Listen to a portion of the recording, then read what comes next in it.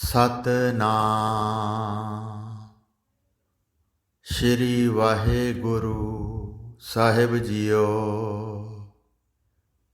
ਪਰਮ ਸਨਮਾਨਿਓ ਗੁਰੂ ਰੂਪ ਗੁਰੂ ਖਾਲਸਾ ਸਾਧ ਸੰਗਤ ਜੀ, ਵਾਹਿਗੁਰੂ ਜੀ ਕਾ ਖਾਲਸਾ ਵਾਹਿਗੁਰੂ ਜੀ ਕੀ ਫਤਿਹ। ਭਾਈ ਬਿਧੀ ਚੰਦ ਜੀ ਨੇ ਪੰਚਮ ਪਾਤਸ਼ਾਹ ਜੀ ਵੱਲੋਂ ਸ਼ਾਂਤਮਈ ਢੰਗ ਨਾਲ ਦਿੱਤੀ ਸ਼ਹਾਦਤ ਨੂੰ ਆਪਣੀ ਅੱਖੀਂ ਵੇਖਿਆ। ਇਸ ਤੋਂ ਉਪਰੰਤ ਛੇਵੇਂ ਪਾਤਸ਼ਾਹ ਜੀ ਨੇ ਮੀਰੀ ਅਤੇ ਪੀਰੀ ਦੀਆਂ 2 ਤਲਵਾਰਾਂ ਧਾਰਨ ਕੀਤੀਆਂ ਤੇ ਸ਼੍ਰੀ ਅਕਾਲ ਤਖਤ ਸਾਹਿਬ ਦੀ ਸਥਾਪਨਾ ਕੀਤੀ। ਹਰ ਪ੍ਰਕਾਰ ਦੀ ਜੰਗੀ ਤਿਆਰੀ ਸ਼ੁਰੂ ਹੋਈ।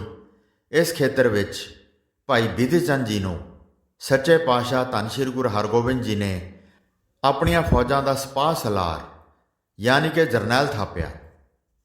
ਬਾਬਾ ਗੁਰਦਿੱਤਾ ਜੀ ਤੇ ਪੈਂਦੇ ਖਾਂ ਵਰਗਿਆਂ ਨੂੰ ਵੀ ਸੈਨਾਪਤੀ ਥਾਪਿਆ ਗਿਆ। ਗੁਰੂ ਸਾਹਿਬ ਜੀ ਦੇ ਦਰਬਾਰ ਵਿੱਚ ਬਾਬਾ ਬੁੱਢਾ ਜੀ, ਭਾਈ ਗੁਰਦਾਸ ਜੀ, ਪੂਰਨ ਬ੍ਰਹਮ ਗਿਆਨੀ ਗੁਰਮੁਖ ਪਿਆਰਿਆਂ ਅਤੇ ਅਨੇਕਾਂ ਹੋਰ ਨਾਮ ਰੰਗ ਵਿੱਚ ਰਤੇ ਗੁਰਮੁਖਾਂ ਵਿੱਚ ਭਾਈ ਬਿਧੀ ਚੰਦ ਜੀ ਨੂੰ ਮਾਣ ਪ੍ਰਾਪਤ ਹੋਣ ਲੱਗਾ। ਛੇਵੇਂ ਪਾਤਸ਼ਾਹ ਨਗਰ ਡਰੌਲੀ ਵਿਖੇ ਸੰਗਤਾਂ ਦੇ ਮਨਾਂ ਅੰਦਰੋਂ ਦਵੈਤ ਭਾਵ ਦੂਰ ਕਰਕੇ ਰਾਮ ਨਾਮ ਦੀ ਦਾਤ ਵੰਡ ਰਹੇ ਸਨ। ਸੰਗਤਾਂ ਨੂੰ ਜੀ ਦਾਨ ਦੀ ਦਾਤ ਪ੍ਰਾਪਤ ਹੋ ਰਹੀ ਸੀ। ਸੰਗਤਾਂ ਕਾਬਲ, ਕੰਧਾਰ ਅਤੇ ਪੋਠੋਹਾਰ ਤੋਂ ਮੀਰੀ ਪੀਰੀ ਦੇ ਮਾਲਕ ਸਤਿਗੁਰੂ ਹਰਗੋਬਿੰਦ ਸਾਹਿਬ ਜੀ ਦੇ ਦਰਸ਼ਨਾਂ ਵਾਸਤੇ ਆ ਰਹੀਆਂ ਸਨ ਕਿ ਰਸਤੇ ਵਿੱਚ ਪੱਟੀ ਦੇ ਪਠਾਣਾਂ ਨੇ 2 ਦੁਸ਼ਾਲੇ ਜ਼ਬਰਦਸਤੀ ਖੋਹ ਲਏ।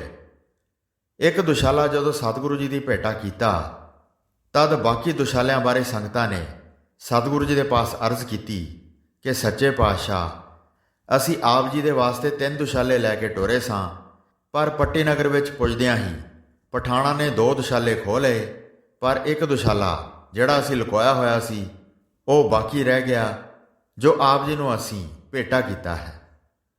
ਸੰਗਤਾਂ ਦੀ ਬੇਨਤੀ ਪ੍ਰਵਾਨ ਕਰਕੇ ਸ੍ਰੀ ਗੁਰੂ ਹਰਗੋਬਿੰਦ ਸਾਹਿਬ ਜੀ ਨੇ ਭਾਈ ਬਿਧੀ ਚੰਦ ਦੀ ਸੇਵਾ ਦੁਸ਼ਾਲੇ ਵਾਪਸ ਲਿਆਉਣ ਵਾਸਤੇ ਲਗਾਈ।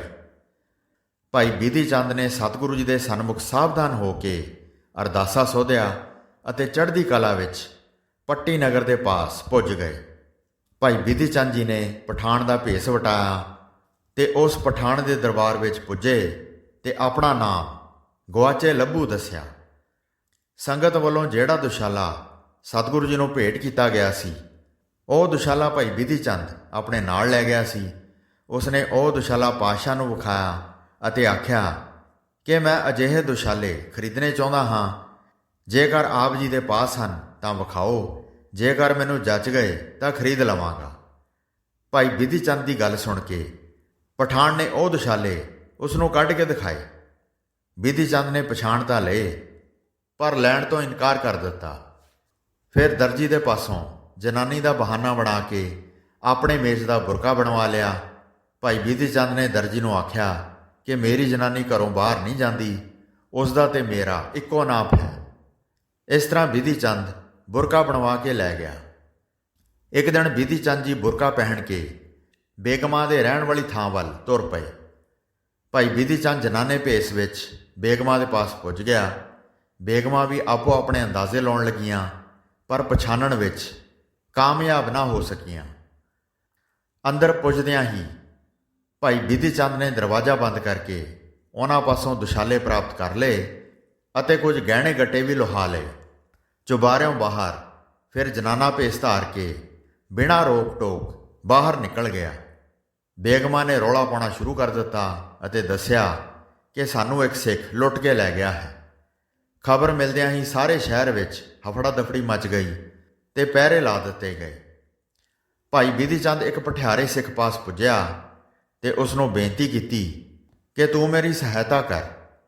ਪਠਿਆਰੇ ਸਿੱਖ ਨਾਲ ਮਤਾ ਕਰਕੇ ਭਾਈ ਬਿਧੀ ਚੰਦ ਭੱਠੀ ਵਿੱਚ ਵੜ ਗਿਆ ਅਤੇ ਸਤਿਗੁਰੂ ਜੀ ਦੇ ਪਾਵਨ ਚਰਨਾਂ ਦਾ ਧਿਆਨ ਧਰ ਕੇ ਚੌਂਕੜਾ ਮਾਰ ਲਿਆ ਅਤੇ ਪਾਵਨ ਗੁਰਬਾਣੀ ਪੜ੍ਹਨ ਲੱਗ ਪਿਆ। ਪਠਿਆਰਾ ਸਿੱਖ ਭੱਠੀ ਵਿੱਚ ਝੁਲਕਾ ਪਾਈ ਗਿਆ।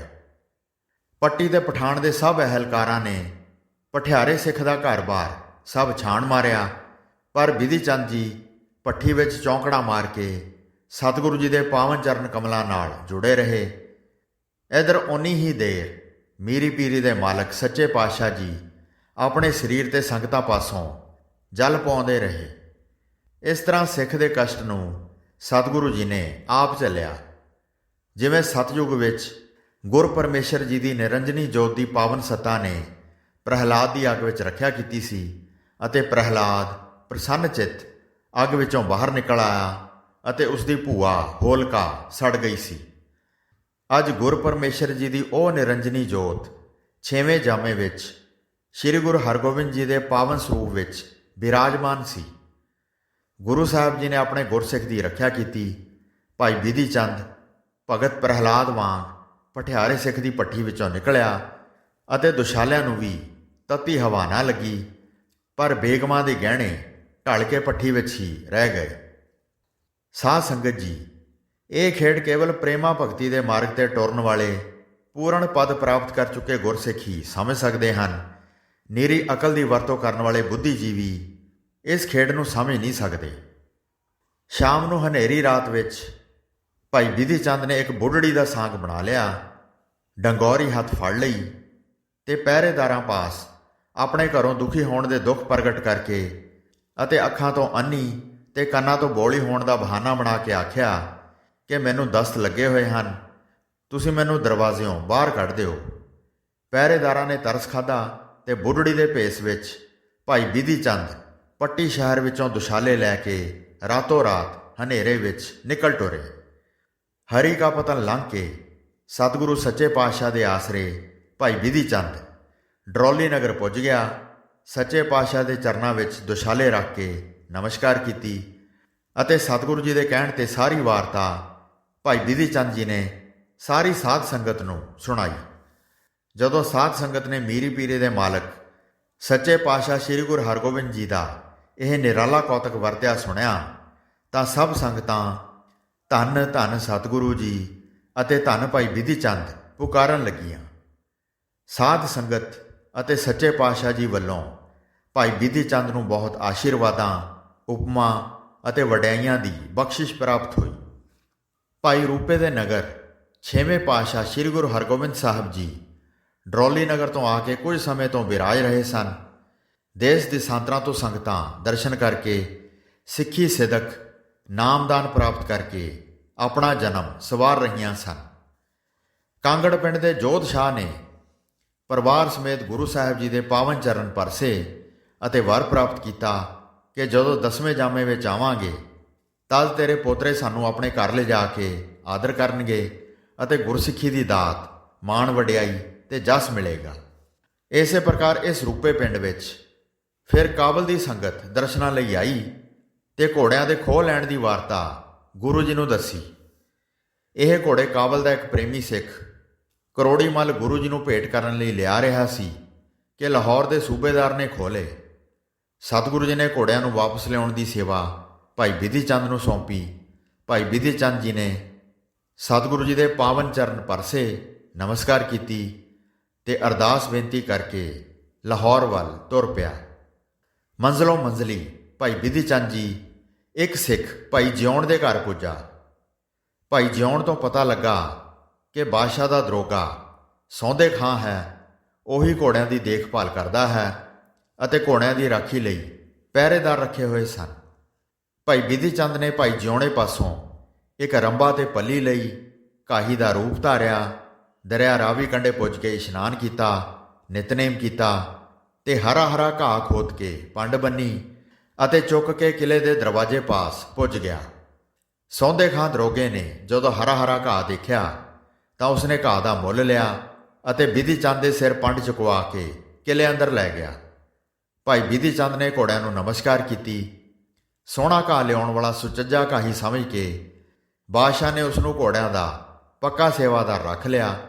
ਭਾਈ ਬਿਧੀ ਚੰਦ ਜੀ ਲੰਗਰ ਪਾਣੀ ਰਾਤ ਨੂੰ ਭਾਈ ਜਿਉਣੇ ਦੇ ਘਰ ਛਕਦੇ ਅਤੇ ਆਰਾਮ ਵੀ ਕਰਦੇ। ਦਿਨੇ ਘੋੜਿਆਂ ਨੂੰ ਘਾਹ ਖੋਦ ਕੇ ਪਾਉਂਦੇ, ਖਰਖਰਾ ਫੇਰਦੇ ਤੇ ਹੋਰ ਦੇਖਭਾਲ ਕਰਦੇ। ਇਸ ਤਰ੍ਹਾਂ ਕੁਝ ਸਮੇਂ ਅੰਦਰ ਭਾਈ ਬਿਧੀ ਚੰਦ ਨੇ ਸਭਨਾਂ ਨਾਲ ਪਿਆਰ ਪਾ ਲਿਆ ਅਤੇ ਰਾਤ ਨੂੰ ਵੀ ਕਿਲੇ ਵਿੱਚ ਹੀ ਰਹਿਣਾ ਆਰੰਭ ਕਰ ਦਿੱਤਾ।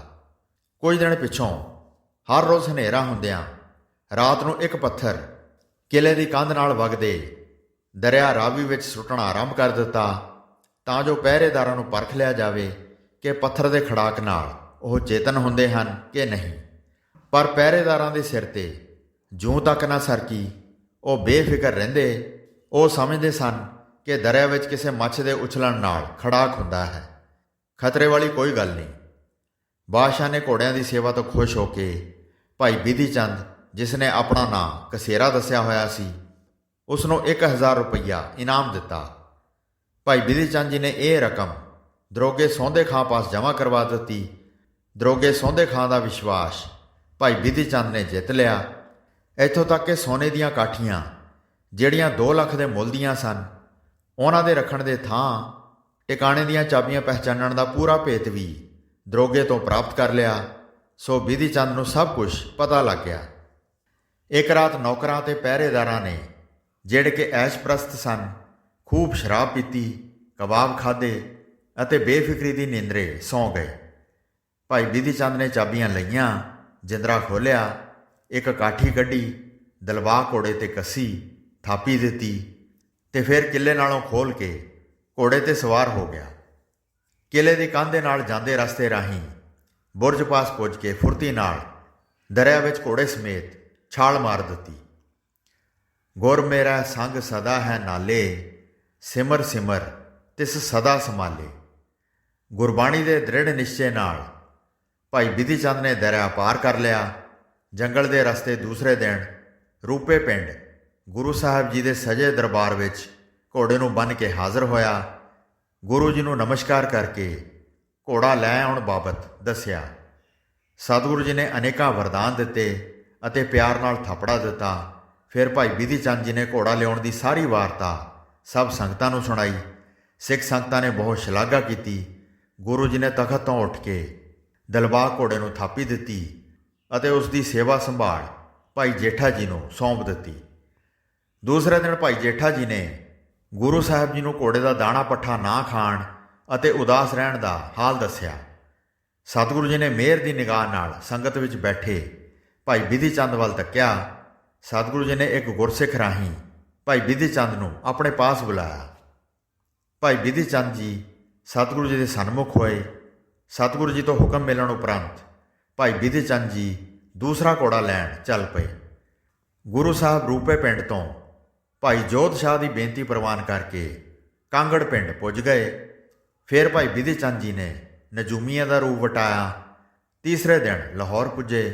ਲਾਹੌਰ ਦੇ ਗੁਰਸਿੱਖ ਭਾਈ ਸਾਹਿਬ ਜੀ ਨੂੰ ਮਿਲ ਕੇ ਪ੍ਰਸੰਨ ਹੋਏ। ਅਗਲੇ ਦਿਨ ਬਿਧੀ ਚੰਦ ਜੀ ਭਾਈ ਬੌੜੀ ਖੱਤਰੀ ਦੇ ਘਰ ਪੁੱਜੇ। ਉਸ ਪਾਸੋਂ ਨਜੂਮੀਆਂ ਵਰਗੀ ਲੰਮੀ ਪੋਸ਼ਾਕ ਅਤੇ ਰਮਲ ਲਾਉਣ ਵਾਲੀ ਸੰਗਲੀ ਲਈ ਅਤੇ ਰਾਤ ਨੂੰ ਮੁੜ ਧਰਮਸ਼ਾਲਾ ਆ ਟਿਕੇ। ਦਿਨ ਚੜ੍ਹੇ ਇਸ਼ਨਾਨ ਕਰਨ ਉਪਰੰਤ ਲੰਮਾ ਚੋਗਾ ਪਾਇਆ, ਕੇਸ ਪਿਛਾਂਹ ਨੂੰ ਖਿਲਾਰ ਲਏ, ਮੁੱਛਾਂ ਕੁੰਡੀਆਂ ਕਰ ਲਈਆਂ, ਦਾੜਾ ਵੀ ਨਜੂਮੀਆਂ ਵਾਂਗੂ ਕਰ ਲਿਆ। ਹੱਥ ਵਿੱਚ ਪਤਲੀ ਜਿਹੀ ਸੋਟੀ ਫੜ ਕੇ ਸ਼ਾਹੀ ਦਰਵਾਜ਼ੇ ਅੱਗੇ ਪੁੱਜ ਕੇ ਨਜੂਮੀਆਂ ਵਾਂਗੂ ਡੇਰਾ ਲਾ ਕੇ ਬੈਠ ਗਿਆ।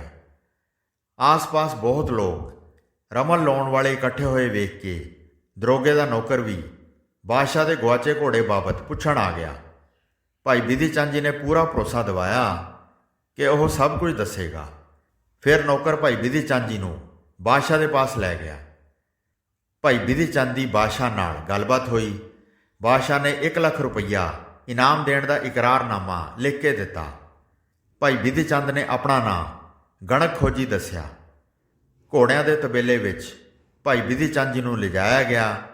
ਸੁਨਹਿਰੀ ਜੀਨ ਵੀ ਖੋਜੀ ਗਣਕ ਪਾਸ ਰਖਵਾਈ ਗਈ। ਖੋਜੀ ਗਣਕ ਭਾਈ ਬਿਧੀ ਚੰਦ ਨੇ ਆਖਿਆ ਕਿ ਬਾਦਸ਼ਾਹ, ਚੋਰ ਦਾ ਮੁਰਸ਼ਦ ਬਹੁਤ ਕਾਮਲ ਹੈ। ਅਜੇ ਤੱਕ ਮੇਰਾ ਰਮਲ ਸਹੀ ਪਤਾ ਨਹੀਂ ਲਗਾ ਸਕਿਆ। ਮੈਨੂੰ ਕੁਝ ਹੋਰ ਸਮਾਂ ਦਿਓ। ਭਾਈ ਬਿਧੀ ਚੰਦ ਨੇ ਆਖਿਆ ਕਿ ਬਾਦਸ਼ਾਹ ਜੀ, ਤੁਸੀਂ ਆਪਣੇ ਅਹਿਲਕਾਰਾਂ ਨਾਲ ਸੰਮਨ ਬੁਰਜ ਵਿੱਚ ਬੈਠ ਕੇ ਦੇਖੋ।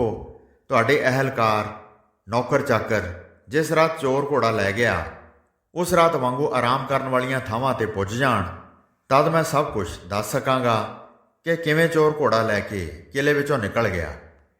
ਭਾਈ ਬਿਧੀ ਚੰਦ ਦੇ ਆਖੇ ਲੱਗ ਕੇ ਸਾਰੇ ਕਿਲੇ ਦੇ ਦਰਵਾਜ਼ੇ ਬੰਦ ਕਰਕੇ ਸਭ ਆਪੋ ਆਪਣੀ ਥਾਂ ਚਲੇ ਗਏ। ਬਾਦਸ਼ਾਹ ਆਪਣੇ ਅਹਿਲਕਾਰਾਂ ਨਾਲ ਸਾਹਮਣੇ ਬੁਰਜ ਉੱਤੇ ਚੜ੍ਹ ਕੇ ਬੈਠ ਗਿਆ।